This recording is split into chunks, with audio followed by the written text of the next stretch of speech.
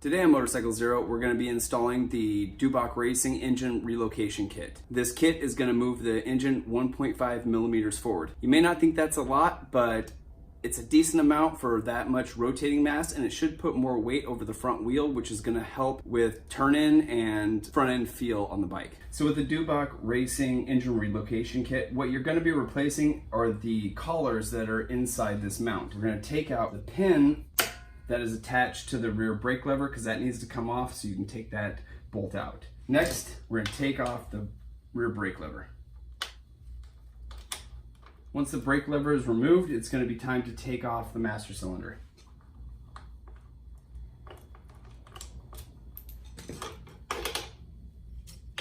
So we're going to be taking off the whole rear end for this, and you're going to have to undo the shock links so you can remove the entire swing arm as one piece. The next step is we're going to take this guy right here and we're just going to loosen him up.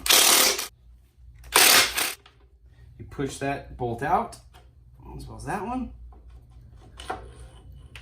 So the shock is dismounted at this point. So next we're going to remove the nut for the swing arm axle.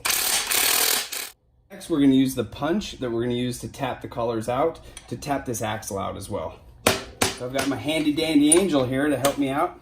And as he's holding up the swing arm, I'm going to go to the other side and pull the axle out the rest of the way. And he's just going to pull the whole swing arm out. You're going to be removing these sleeves, and this is what's going to push the engine forward 1.5 millimeters. So now it's time to tap out the collar. Now it's time for the left side.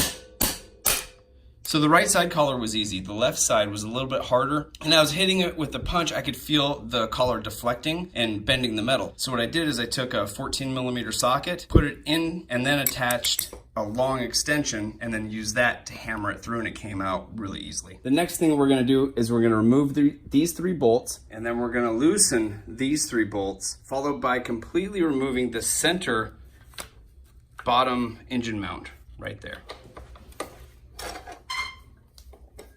This is our corresponding 14 millimeter nut on the other side. I didn't have to use a wrench to take it off. Okay, so we've got the collar started, and if you look, you can see there's a thinner side and a thicker side, just like that. You want the thinnest side towards the rear, the thicker side towards the front, because that's gonna push the engine forward. I started out using the punch, like the instructions said, just to tap it in. And you wanna make sure you go all the way around, ensuring that it doesn't bind as you're putting it in. You'll know that you bottomed the collar out by that different sound.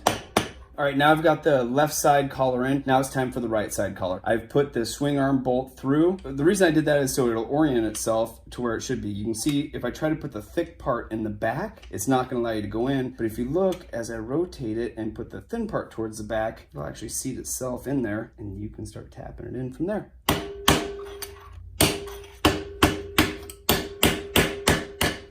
Once you've got the collar started, go ahead and tap the swing arm axle out.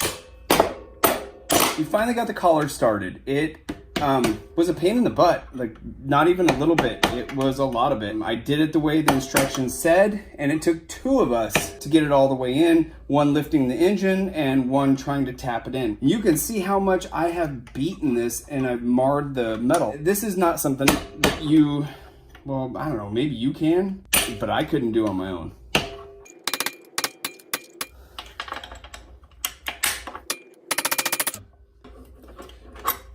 So using the punch was a little bit harder, so I just used that same 19 millimeter bolt and punched it in. That seems to be the way it's gonna work. Again, pain in the butt. So the next step is to reinstall the swing arm and the swing arm pivot bolt, and you're gonna need a second person for this. And while you're doing this, you might as well grease up the pivot bolt. It's one of the maintenance things everybody should do to keep your suspension running the way it should. When you get to a certain point, you're gonna see that maybe it isn't exactly level or going in, and then you should turn it a little bit and then continue to tap it the rest of the way in. There you go, it's bottomed out. Swing arm is back on. It's time to put that nut back on.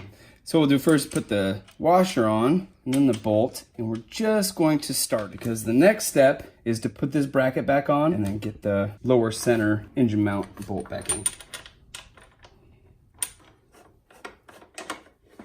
All right, so now the next thing to do is put the lower center engine mount bolt in. It does say that you may have to use a pry bar or something to lift the engine up a little bit, and you may have to file down the bolt a little if it doesn't fit, and I'm hoping that is not the case with ours, because I guess the production tolerances are fairly loose on these.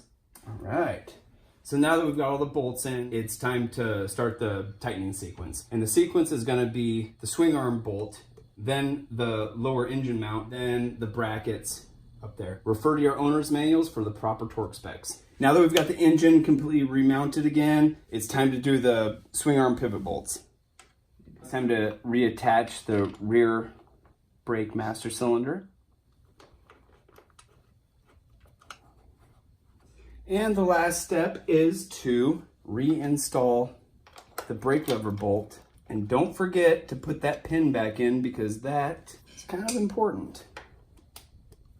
But also make sure that you re-lube everything, all the pivot points that you've taken out. This is a very important part of your maintenance, and I plan on doing this in the spring. I'll take everything out again, clean it, and re-lube it, because the suspension is really the most important part of your dirt bike. It's what gets you over the whoops. It's what gets you over everything. So, and that's it for now. Now it's time to put the rear wheel back on. And then I've also got a chain and new counter sprocket to put on this guy.